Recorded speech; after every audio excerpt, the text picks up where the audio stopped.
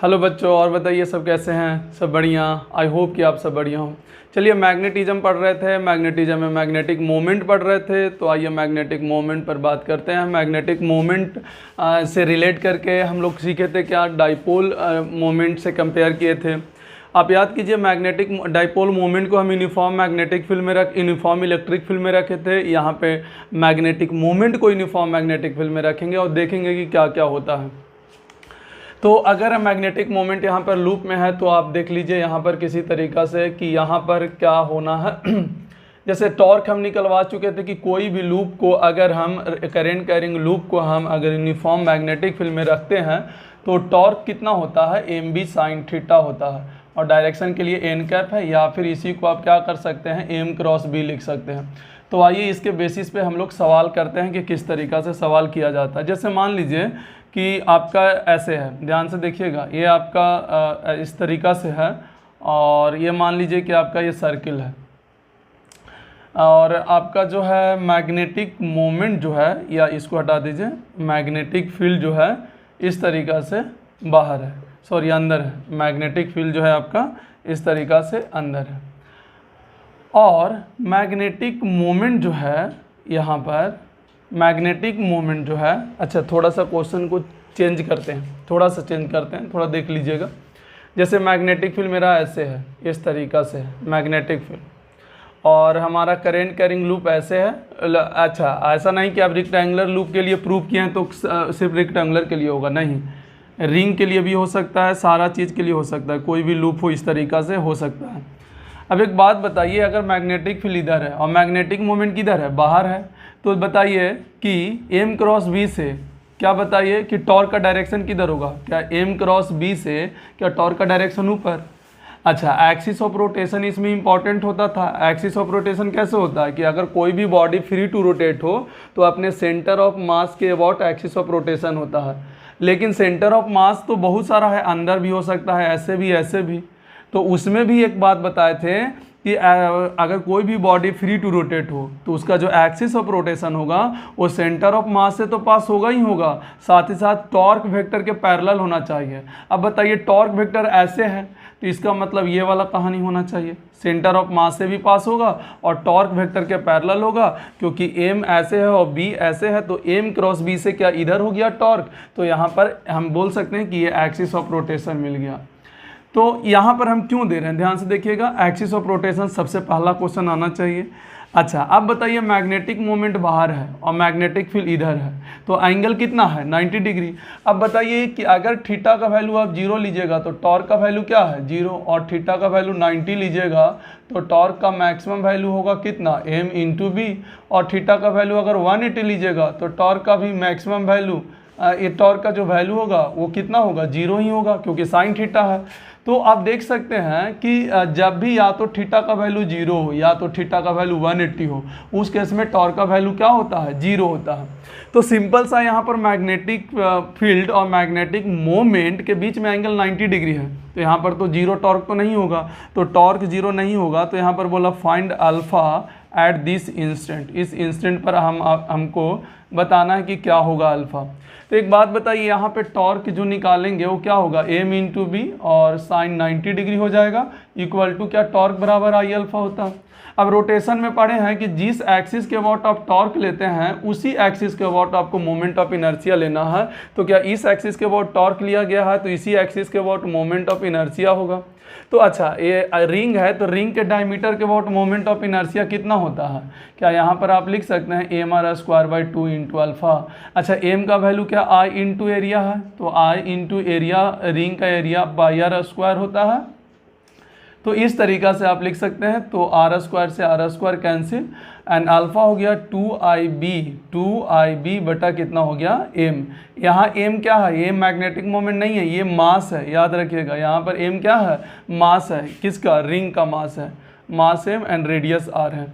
तो आप देखिए अल्फ़ा इस इंस्टेंट पर आप निकाल सकते हैं, जिस तरीक़ा से हम डाइपोल मूवमेंट में निकाला करते थे उसी तरीक़ा से हम यहाँ पर भी कि कोई भी करंट कैरिंग लूप को अगर मैग्नेटिक फील्ड में रखते हैं तो टॉर्क निकाल सकते हैं, एक्सिस ऑफ रोटेशन निकाल सकते हैं एंड अल्फ़ा निकाल सकते हैं। तो आपको दिख रहा होगा पूरा कहानी कि किस तरीक़ा से हम कर रहे हैं, ठीक है।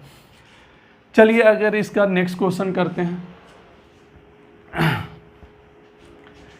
चलिए आइए देखिए नेक्स्ट क्वेश्चन है, एक बार और पॉज करके बनाइएगा ऐसा।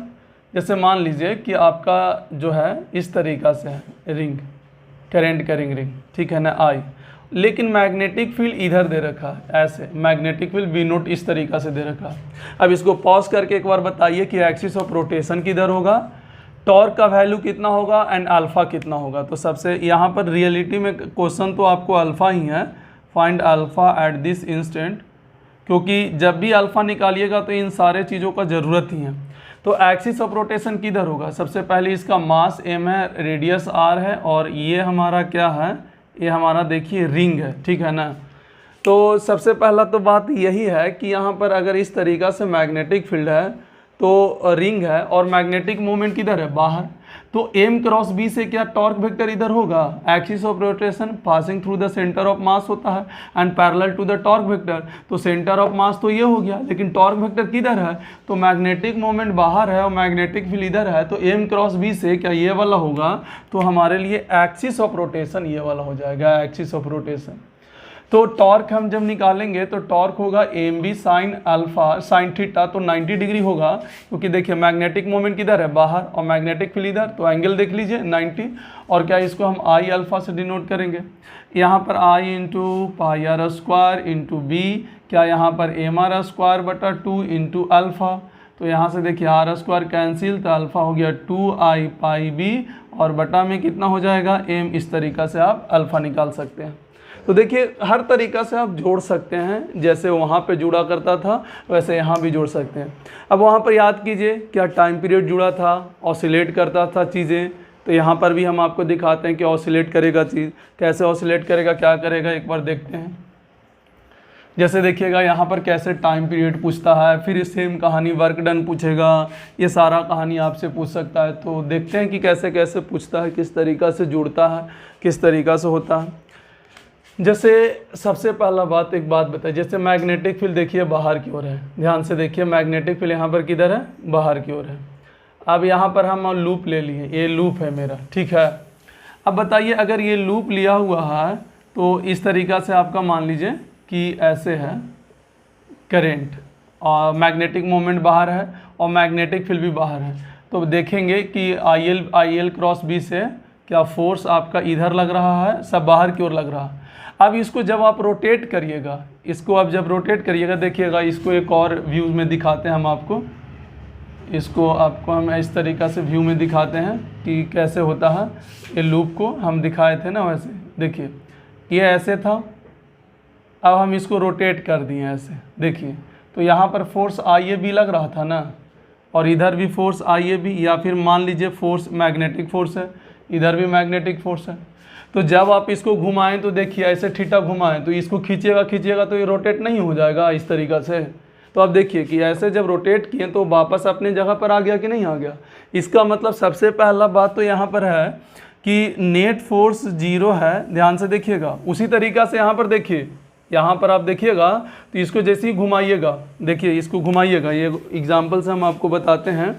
देखिए ये कल भी बताए थे, ऐसे था, अब फोर्स बाहर है, अब बताइए ऐसे घुमाइएगा तो फोर्स इधर ही ना लग रहा है, और ये वाला फोर्स इधर लग रहा है, तो ये खींचेगा तो इधर घूमेगा, और ये इधर खींचेगा तो इधर घूमेगा, तो वापस आ गया ना। तो वापस आ गया, इसका मतलब याद कीजिए कि नेट फोर्स 0 था स्टार्टिंग में, नेट टॉर्क भी 0 था, तो इक्विलिब्रियम में तो था ही, लेकिन इक्विलिब्रियम में भी स्टेबल है कि अनस्टेबल है। तो यहाँ पर से पता चला स्टेबल है। ये कैसे पता चला, तो ऐसा लगा कि मीन पोजीशन से जब हम रोटेट कर रहे हैं तो वापस अपने जगह पे आने का प्रयास कर रहा है, तो इसका मतलब स्टेबल इक्विलिब्रियम है। और स्टेबल इक्विलिब्रियम से अगर हम ऑसिलेट करते हैं, स्लाइटली रोटेट करते हैं, तो क्या परफॉर्म करेगा एसएचएम।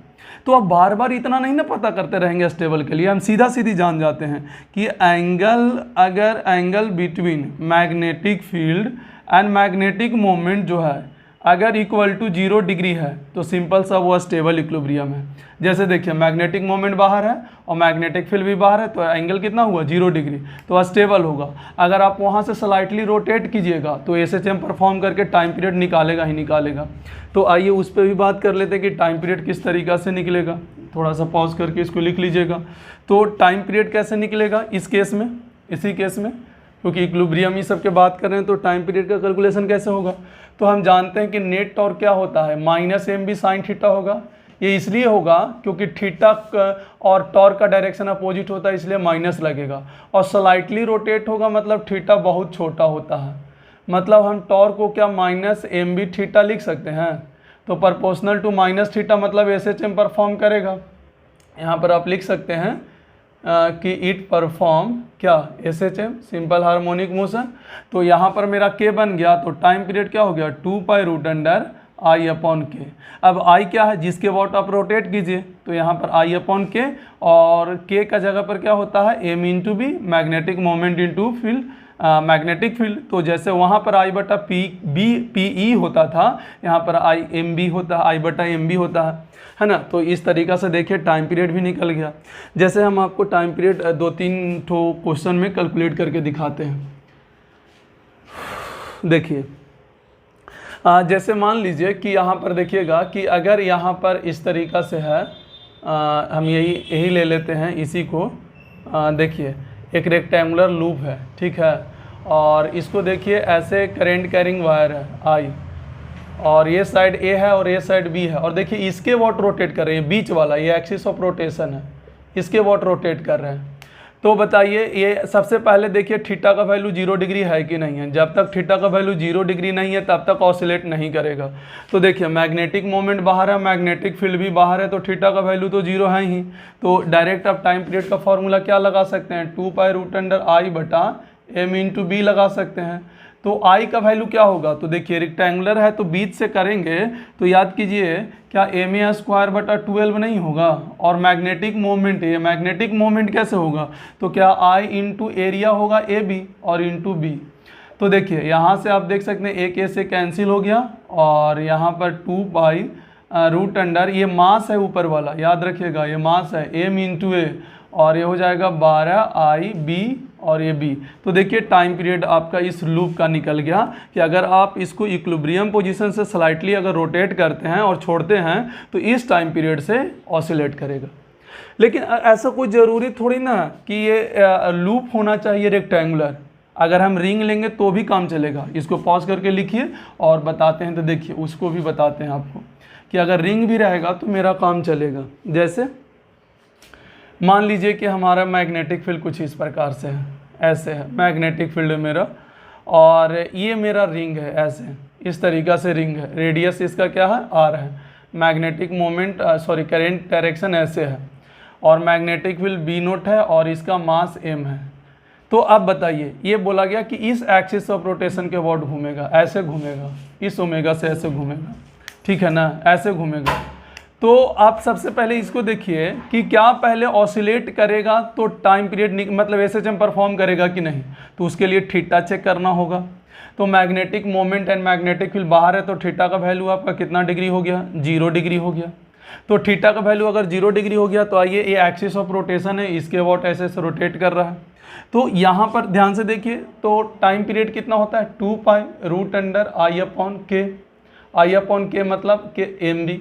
अच्छा एक बात बताइए इसी के वोट क्यों लिए, क्योंकि जब आप घुमाइएगा ना इसी को ऐसे ना घुमा सकते हैं, ऐसी ना, तब ना मैग्नेटिक मोमेंट और मैग्नेटिक फील्ड के बीच में कुछ ना कुछ एंगल आएगा, क्योंकि मैग्नेटिक मोमेंट मैग्नेटिक फील्ड, तो मैग्नेटिक फील्ड तो इधर ही रहेगा। अब मैग्नेटिक मोमेंट के इधर लाइए चाहे इधर लाइए तो इसको ऐसे या ऐसे घुमाना पड़ेगा, इसीलिए एक्सिस ऑफ रोटेशन ये लिए।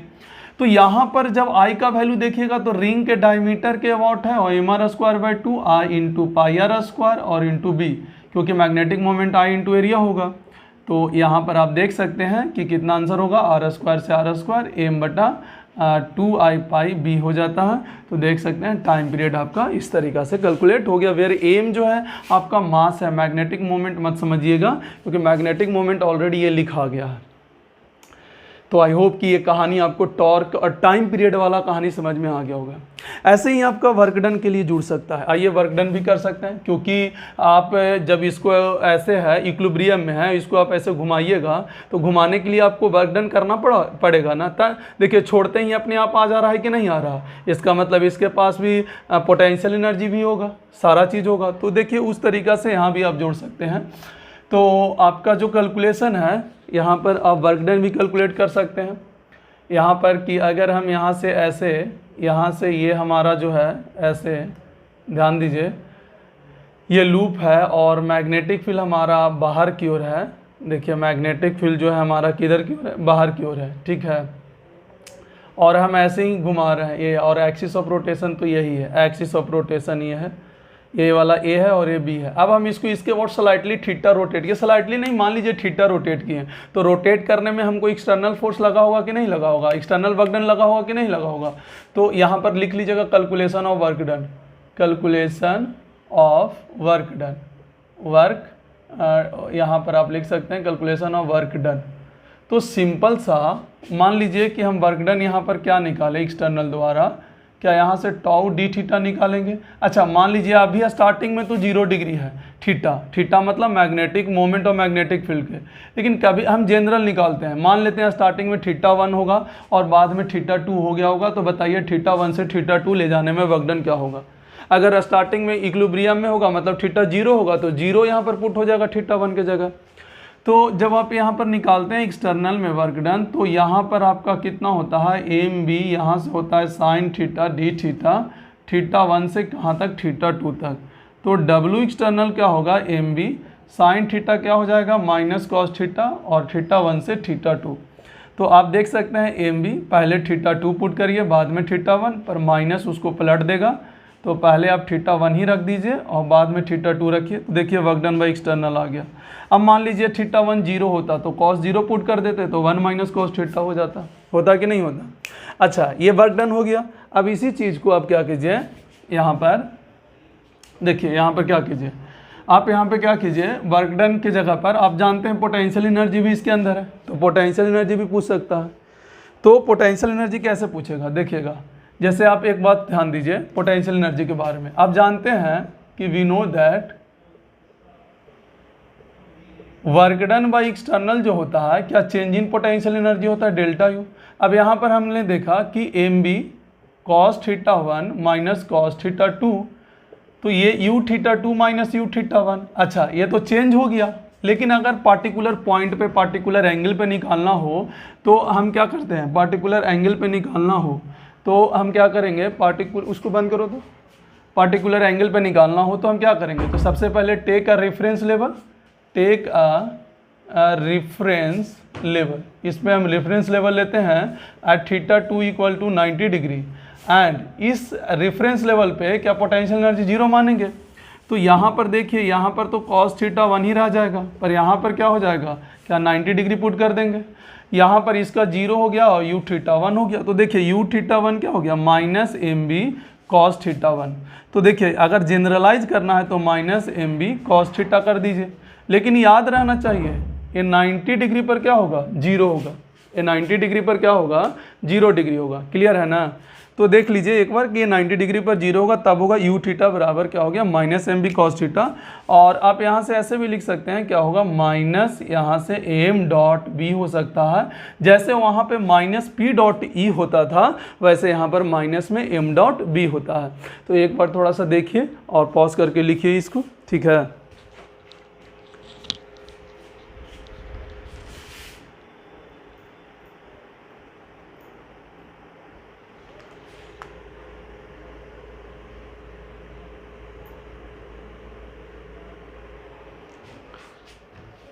हो गया।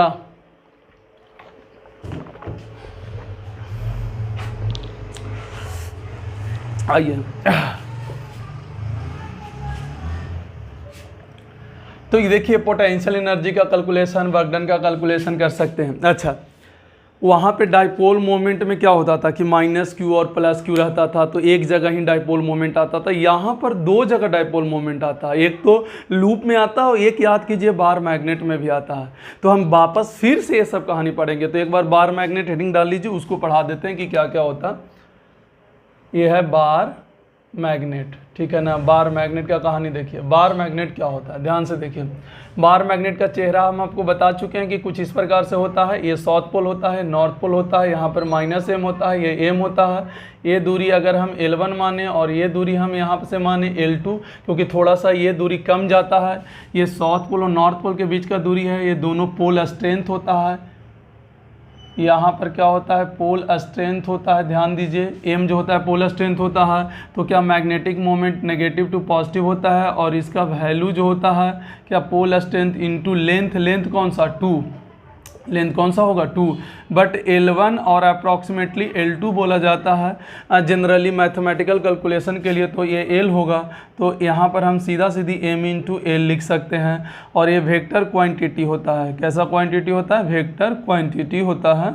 और इसका डायरेक्शन आप देख सकते हैं -m से +m, मतलब साउथ पोल से नॉर्थ पोल की तरफ होता है। तो चलिए हम फिर इस पे कहानी स्टार्ट करते हैं। ये बार मैग्नेट है, इसमें क्या क्या किस तरीक़ा से होता है हम आपको बता दिए। अब हम एक कहानी लिखते हैं, उस कहानी को थोड़ा सा समझिए, आपको बहुत मज़ा आएगा, क्योंकि ये वो सारा चीज़ जैसे इलेक्ट्रोस्टैटिक्स 1 में पढ़ा करते थे इलेक्ट्रिक फील्ड के लिए, वैसे ही ये पढ़ेंगे।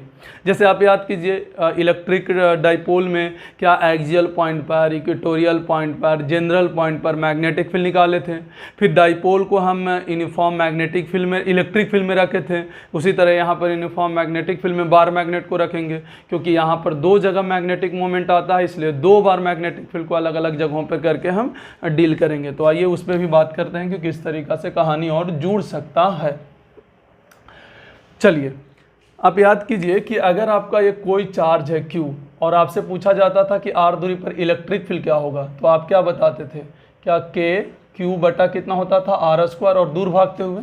उसी तरह जे 4 है, यहाँ पर पोल स्ट्रेंथ है। R दूरी पर अगर मैग्नेटिक फील्ड कोई पूछे, तो यहाँ पर मैग्नेटिक फील्ड होता है μ0/4π और m/r²। बस यहाँ के ये चेंज हो गया, मतलब K के जगह पर रिप्लेस करना है क्या, μ0/4π, और Q के जगह रिप्लेस करना है m, बाकी सेम वही रहेगा। अगर मेरे पास -Q चार्ज होता था, ये पहला हो गया, ये दूसरा, तो यहाँ पर R दूरी पर जो इलेक्ट्रिक फील्ड होता था वो चार्ज के टुवार्ड्स होता था, और वैल्यू मैग्नीट्यूड में कोई कमी नहीं होता था, ठीक है। उसी तरीक़े से यहाँ पर अगर -m रखेंगे, तो यहाँ पर भी मैग्नेटिक फील्ड का डायरेक्शन अंदर की ओर होगा, और μ0/4π m/r² ही होगा, ठीक है ना। तीसरा यहाँ पर लिखाया जाता था F बराबर Q इंटू ई लिखा जाता था, और यहाँ पे अगर Q का वैल्यू पॉजिटिव हो तो जो इलेक्ट्रिक फील्ड का डायरेक्शन होता था वही डायरेक्शन फोर्स का था, और Q का वैल्यू अगर नेगेटिव हो तो इलेक्ट्रिक फील्ड का डायरेक्शन और फोर्स का डायरेक्शन अपोजिट होता था।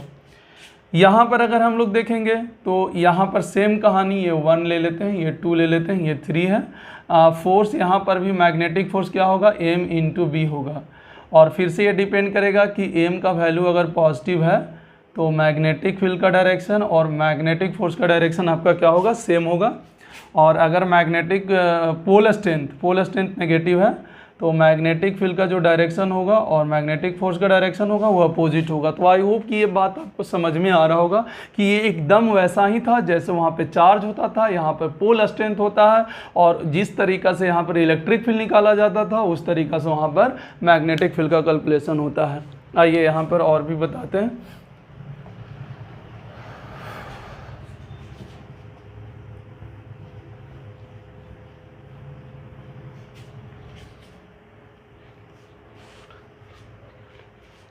चलिए देखिए ध्यान से क्या क्या क्या और कैसे किस तरीक़ा से अटैच होता है। अब याद कीजिए कि वहाँ पे डाइपोल पढ़े थे तो यहाँ पर मैग्नेटिक मोमेंट पढ़े, तो ये आपका साउथ है और ये आपका नॉर्थ है, और ये -m है और ये m है। क्या ये वाला पॉइंट को हम कौन सा पॉइंट कहते हैं, एक्सियल पॉइंट कहते हैं, और ये वाला पॉइंट को हम कौन सा पॉइंट कहते हैं, इक्वेटोरियल पॉइंट कहते हैं। देखिएगा इक्वेटोरियल पॉइंट कहा जाता है, और ये वाला पॉइंट को हम क्या कहते हैं, जनरल पॉइंट कहते हैं। तो तीनों पॉइंट पर हम मैग्नेटिक फील्ड कैलकुलेट करेंगे जैसे कि इलेक्ट्रिक फील्ड कैलकुलेट किया गया था। तो पहले ये वाला नामकरण कर लीजिएगा कि किसको एक्सियल कहेंगे, किसको इक्वेटोरियल और किसको जनरल, और बाकी जैसे वहाँ पर था वैसे ही यहाँ पे फॉर्मूला अप्लाई कर देना है। आइए इस पर भी बात करते हैं कि किस तरीक़ा से निकलेगा। चलिए हम एक्सियल पॉइंट पे बात करते हैं इलेक्ट्रिक मैग्नेटिक फील्ड निकालने के लिए बार मैग्नेट के कारण। एक्सियल पॉइंट पे magnetic field due to bar magnet. तो देखिए यहाँ पर अगर आप देखिएगा south pole and north pole, magnetic है यहाँ पर -m है और +m है, मतलब इस तरीक़ा से m होगा, और एक्सियल पॉइंट यहाँ से r दूरी पर है, यहाँ से रहता, याद कीजिए बीच से रहता था, तो यहाँ पर मैग्नेटिक फील्ड कितना हो जाएगा, तो मैग्नेटिक मोमेंट का जो डायरेक्शन है वही डायरेक्शन एक्सियल पॉइंट पर होता है मैग्नेटिक फील्ड का, क्योंकि same at is electric dipole और इलेक्ट्रिक फील्ड में होता था वही यहाँ पर होगा।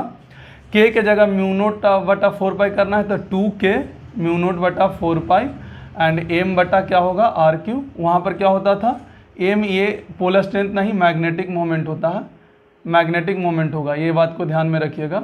और जो डायरेक्शन यहाँ पे मैग्नेटिक मोमेंट का होगा वही मैग्नेटिक फील्ड का होगा। और 2kp बटा आर क्यू होता था, के के जगह म्यू नोट बटा 4 पाई सिर्फ लिख देना है। दूसरा हमारा क्या है इक्वेटोरियल पॉइंट, तो आइए इक्वेटोरियल पॉइंट पे भी बात कर लेते हैं, इक्वेटोरियल, और यहाँ से आप बात कर सकते हैं इक्वेटोरियल पॉइंट। तो जब हम आप इक्वेटोरियल पॉइंट पे हम लोग बात करेंगे तो ये कुछ इस प्रकार से होगा, ये साउथ पोल है, ये नॉर्थ पोल है, मैग्नेटिक मोमेंट तो इस डायरेक्शन में होगा, और पूछ रहा है यहाँ पर और जो कि ये आर दूरी पर है, तो क्या इसका डायरेक्शन उल्टा हो जाता था, और इसका वैल्यू जब लिखिएगा तो के के जगह होता है म्यू नोट बटा 4 पाई और पी के जगह यहाँ एम और बटा में क्या हो जाएगा आर क्यू। तो देखिए मैग्नेटिक, एक नेगेटिव इसलिए लगा रहे हैं क्योंकि मैग्नेटिक मोमेंट और मैग्नेटिक फील्ड का डायरेक्शन क्या होता है अपोजिट होता है, तो इसलिए माइनस लगता है, बट अगर मैग्नीट्यूड वाइज लिखते हैं तो माइनस हटा सकते हैं। उसी तरीक़ा से हम जनरल पॉइंट पे काम कर लेते हैं। ये सब बताया हुआ है इलेक्ट्रोस्टैटिक्स 1 में, तो सिर्फ वहाँ से हम कंपेयर कर रहे हैं कि कैसे कैसे वहाँ से लिखा जा सकता है। अब सोचिए कि मान लेते हैं यहाँ पर जनरल पॉइंट पे बात किया जाए, जनरल पॉइंट पे बात किया जाए तो मान लीजिए कि आपका यहाँ पर इस तरीक़ा से ऐसे है, ठीक है, साउथ पोल है और ये क्या है नॉर्थ पोल है, -m है और ये m है, और ये आपका क्या है मैग्नेटिक मोमेंट है। इस तरीक़ा से जनरल पॉइंट है एंगल थीटा। अब बताइए इसका तरीका क्या था, क्या हम कंपोनेंट तोड़ देते हैं, एक उधर जिधर निकालना है और एक उधर जिसका उसके परपेंडिकुलर, जिधर निकालना उसके परपेंडिकुलर। यहाँ एम क्या है मैग्नेटिक मोमेंट है, ठीक है ना, यहाँ कैपिटल एम है, ये वाला कैपिटल एम है और ये भी क्या है कैपिटल एम है। तो इस मैग्नेटिक मोमेंट के लिए क्या ये एक्सियल पॉइंट हो गया, तो जो मैग्नेटिक मोमेंट का डायरेक्शन होगा क्या मैग्नेटिक फील्ड का वही डायरेक्शन होगा इसके लिए, तो 2 म्यू नोट बटा 4 पाई और 2k पी हो गया एम कॉस थीटा और बटा में आर क्यू, क्योंकि ये आर दूरी पर निकालना है। अब इसके लिए निकालिएगा तो ये वाला के लिए क्या इक्वेटोरियल पॉइंट है, तो इसके डायरेक्शन उल्टा हो जाएगा, तो यहाँ पर सिर्फ के पी होता था तो mu not by 4 pi P M और बटा में क्या हो गया आर क्यू। नेट क्या इस डायरेक्शन में होगा, तो आप देख सकते हैं कि नेट जो मैग्नेटिक फील्ड आएगा मेरा, क्या ये दोनों का रिजल्टेंट निकालिएगा तो सिंपल सा म्यू नोट बटा 4 ऐसे यहाँ पर आ जाएगा एम तो आएगा ही आएगा, म्यू नोट भी आएगा और 4 पाई भी आएगा, आर क्यू भी आएगा, और यहाँ से आ जाएगा √1 + 3 cos स्क्वायर थीटा, और थीटा तो आपको पता है। अच्छा ये वाला एंगल अल्फ़ा होता है, तो tan अल्फ़ा जब कैलकुलेट करिएगा तो क्या होता है, क्या परपेंडिकुलर बटा बेस, तो परपेंडिकुलर ये हो गया, तो यहाँ से कितना आ जाता है tan θ/2। अच्छा ये अल्फ़ा यहाँ से है, अगर आपको हॉरिजॉन्टल से पूछेगा यहाँ पर ऐसी ना है ऐसे और ये ऐसे है, ये B1 है और ये B2 है, तो ये है तो ये अल्फ़ा है, लेकिन हॉरिजॉन्टल से पूछेगा तो थीटा भी काउंट हो जाएगा। देखिए ये थीटा तो यहाँ भी थीटा हो जाएगा, तो हॉरिजॉन्टल से अगर नेट मैग्नेटिक फील्ड का डायरेक्शन पूछेगा तो क्या हम थीटा प्लस अल्फ़ा लिख सकते हैं कि नहीं लिख सकते हैं, तो इस डायरेक्शन भी आप इस तरीक़ा से निकाल सकते हैं। तो देख सकते हैं कि एकदम बिल्कुल सेम वहीं जैसा है, बस के के जगह यहाँ पर म्यू नोट बटा 4 पाई है एंड चार्ज के जगह पर पोलर स्ट्रेंथ है और डाइपोल मोमेंट के जगह पर कैपिटल एम है। तो ये आई होप कि ये बात पूरा समझ में आ गया होगा, जहाँ जहाँ कैपिटल एम है वहाँ पे मैग्नेटिक मोमेंट है और जहाँ पे स्मॉल एम है वो पोलर स्ट्रेंथ है। फिर डाइपोल को याद कीजिए कहाँ रखा गया था, यूनिफॉर्म इलेक्ट्रिक फील्ड में रखा गया था, यूनिफॉर्म मैग्नेटिक फील्ड में रखा गया था, सॉरी इलेक्ट्रिक फील्ड में इलेक्ट्रिक डाइपोल को रखा गया था, तो इसको यूनिफॉर्म मैग्नेटिक फील्ड में रखा जाएगा। तो आइए एक बार में हम पूरा कहानी लिख देते हैं, वैसा ही सिर्फ आपको फील करा देंगे कि किस तरीक़ा से होता है, बाकी आपको खुद से देख लेना कि क्या होना है। यहाँ पर बार मैग्नेट को अगर हम कहाँ पर प्लेस्ड करते हैं, बार मैग्नेट को placed in uniform magnetic field, magnetic field देखिएगा बार मैग्नेट को हम कहाँ प्लेस्ड कर दिए यूनिफॉर्म मैग्नेटिक फील्ड में। तो जैसे देखिए हमारे पास ये इस तरीक़ा से है ऐसे, तो ये हमारा क्या है बार मैग्नेट है इस तरीक़ा से, ये साउथ पोल और ये क्या है, नॉर्थ पोल है। माइनस एम क्या है, प्लस एम है।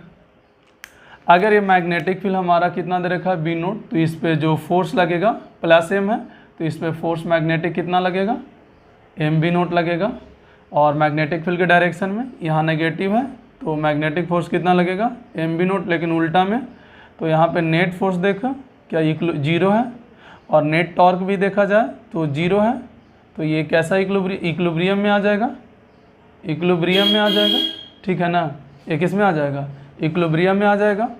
तो अगर ये इक्विलिब्रियम में आ गया, देखिए नेट फोर्स जीरो है, नेट टॉर्क जीरो है, तो ये किस में आ गया, इक्विलिब्रियम में आ गया। तो अब देखिए ध्यान से, अस्टेबल है क्या अनस्टेबल है ये भी चेक कर सकते हैं, यहाँ से टॉर्क भी निकाल सकते हैं। अब सोचिए कि इसी को हम ऐसे रोटेट कर देते हैं, देखिए ऐसे रोटेट कर देते हैं, तो जब रोटेट करते तो साउथ और नॉर्थ होता, तो फोर्स तो ऐसे ही ना लगता, एम बी नोट, और ये क्या लगता, एम बी नोट। तो इस केस में देखिए, इस केस में क्या नेट फोर्स अभी भी जीरो है, पर टॉर्क आ गया ना। तो यहाँ से देखिए पहला टॉर्क का वैल्यू क्या होगा, एम बी साइन थीटा, जहाँ एम क्या है, मैग्नेटिक मोमेंट, और यहाँ पर एम का वैल्यू क्या लिखेंगे, स्मॉल एम इंटू एल, क्योंकि यहाँ पर बार मैग्नेट है। टाइम पीरियड कैसे निकालेंगे, 2 पाई रूट अंडर आई अपॉन एम बी, वही सेम, लेकिन आई किसके वॉट, क्या इसके वॉट होगा, इसके वॉट। तो इसके वॉट तो जैसे कि बार मैग्नेट है, आई निकालने का तरीका बताते हैं। मान लीजिए ये ए है और ये बी है, और आपसे इसके वॉट पूछ रहा है, तो बताइए इसके वॉट हमको पता है कि नहीं है, इसके वॉट कितना पता है, एम ए स्क्वायर बाई 12, और क्या इसके वॉट पता है कि नहीं है, कितना, एम बी स्क्वायर बाई 12। तो बताइए इसके वॉट पता है, इसके वॉट पता है, तो अंदर वॉट परपेंडिकुलर एक्सिस थ्योरम नहीं लगा लेंगे, M A square by 12 plus M B square by 12। तो देखिए मोमेंट ऑफ इनर्शिया आ गया कि नहीं आ गया। तो बार मैग्नेट के वॉट इसके वॉट होगा, तो पहला तो टॉर्क निकालना चाहिए, दूसरा टाइम पीरियड आना चाहिए। क्यों, देखिए यहाँ पर अब देखिए कि मैग्नेटिक मोमेंट और मैग्नेटिक फील्ड अगर थीटा जीरो है तो ये कंफर्म है कि स्टेबल इक्विलिब्रियम होगा ही होगा, थीटा जीरो रहता है। तो अब ऐसे भी दिख रहा है कि जब हम डिस्प्लेस कर रहे हैं तो वापस आने का प्रयास कर रहा है, तो स्टेबल इक्विलिब्रियम है। और स्टेबल इक्विलिब्रियम से अगर हम स्लाइटली रोटेट करते हैं तो वो एसएचएम परफॉर्म करता है, तो उसका हम फिर टाइम पीरियड कैलकुलेट करते हैं। तो आप देख सकते हैं यहाँ से हम टाइम पीरियड कैलकुलेट कर सकते हैं, जबकि मोमेंट ऑफ इनर्शिया थोड़ा सा ध्यान से देखना पड़ता है। हाँ, कभी कभी ये बहुत पतला हो जाता है, थिकनेस टाइप का रहता है, तो अब बी नहीं दिया हुआ है, तो सीधा सीधा मोमेंट ऑफ इनर्शिया क्या, एम ए स्क्वायर बाई 12 ऐसे लिख सकते हैं ना, एम ए स्क्वायर बाई 12। भाई अगर ये पतला हो जाए तो इसके वॉट क्या हो जाएगा, एम ए स्क्वायर बाई 12 लिखेंगे। भाई रॉड है तो रॉड का चाहे ऐसे हो चाहे ऐसे हो चाहे कैसे भी हो, क्या एम ए स्क्वायर बाई 12 होगा कि नहीं होगा, सिंपल सा है। इसके what M A square by 12 होता है, बीच के वॉट, तो याद रखिएगा कि वो एम ए स्क्वायर बाई 12 हो जाएगा। लेकिन अगर ये बीट दिया हो तो एम बी स्क्वायर बाई 12 भी काउंट होगा। तो ये क्या हो गया, टाइम पीरियड। क्या ऐसे ही पोटेंशियल एनर्जी भी अटैच होगा, ऐसे ही वर्क डन भी अटैच होगा, वर्क डन भी आप लिख सकते हैं। पोटेंशियल एनर्जी आप देखिएगा, पोटेंशियल एनर्जी किसी थीटा पर तो क्या माइनस में एम डॉट बी होगा, लेकिन ये तब होगा जब थीटा यू 90 पर जीरो होगा, याद कीजिए। लेकिन यहाँ पर मैग्नेटिक मोमेंट का value small M into L होगा, और जब लूप पढ़ाते थे तो आई इंटू एरिया होता था। उसी तरीक़ा से वर्क डन निकालेंगे एक्सटर्नल के कारण, तो क्या you final minus you initial करके हम वर्क डन भी निकाल सकते हैं इसका। तो देखिए सारा सवाल वहाँ से यहाँ अटैच किया जा सकता है जैसे वहाँ पर अटैच होता था। यहाँ पर देख सकते हैं बिल्कुल ढंग से एक एक चीज़, time period, potential energy, work done, A to Z आप देख सकते हैं कि कितना आसानी से इसको हम लोग कर सकते हैं, कितना आसानी से ऑसिलेट किए, कितना आसानी से इसको टाइम पीरियड का कैलकुलेशन कर दिए। सब आपको मिलता जुलता लगेगा कि हाँ सर वही टाइप का है। जैसे देखिए लूप में निकाल दिए तो इसमें फिर से क्या सॉल्व करना, खाली यही ना चेंज होगा, एम बराबर एम एल, बाकी तो सब वही होना है। थीटा 1 से थीटा 2 डिस्प्लेस कर दिए तो फिर से टाउ डी थीटा करिएगा तो वर्क डन निकलेगा, वर्क डन बराबर change in potential energy. Reference level लीजिएगा फिर से यही आएगा, वर्क डन एक्सटर्नल आएगा। तो आई होप कि ये पूरा कहानी बार मैग्नेट वाला आपको समझ में आ गया होगा। बार मैग्नेट में टाइम पीरियड निकालने आना चाहिए, potential energy, work done, torque, ये सारा कैलकुलेशन आना चाहिए। तो आई होप कि ये कहानी भी आपको समझ में आ गया होगा। तो आज के लिए बस इतना ही। अगले क्लास में आपको पढ़ाया जाएगा मूविंग कॉइल गैल्वेनोमीटर कहानी बताया जाएगा, एंड अर्थ मैग्नेटिज्म बताया जाएगा। फिर आपका जो है 34 चैप्टर नंबर भी समाप्त हो जाएगा। अगला चैप्टर मैग्नेटिक मैटर के बारे में बताया जाएगा, वो और भी मोस्ट इंपॉर्टेंट है प्योर थ्योरी पर है इंपॉर्टेंट क्योंकि हर एग्ज़ाम में वो आता है, ठीक है ना। तो आके हम क्लियर करते हैं इसमें, ठीक है। देखिएगा, तो आज के लिए इतना ही।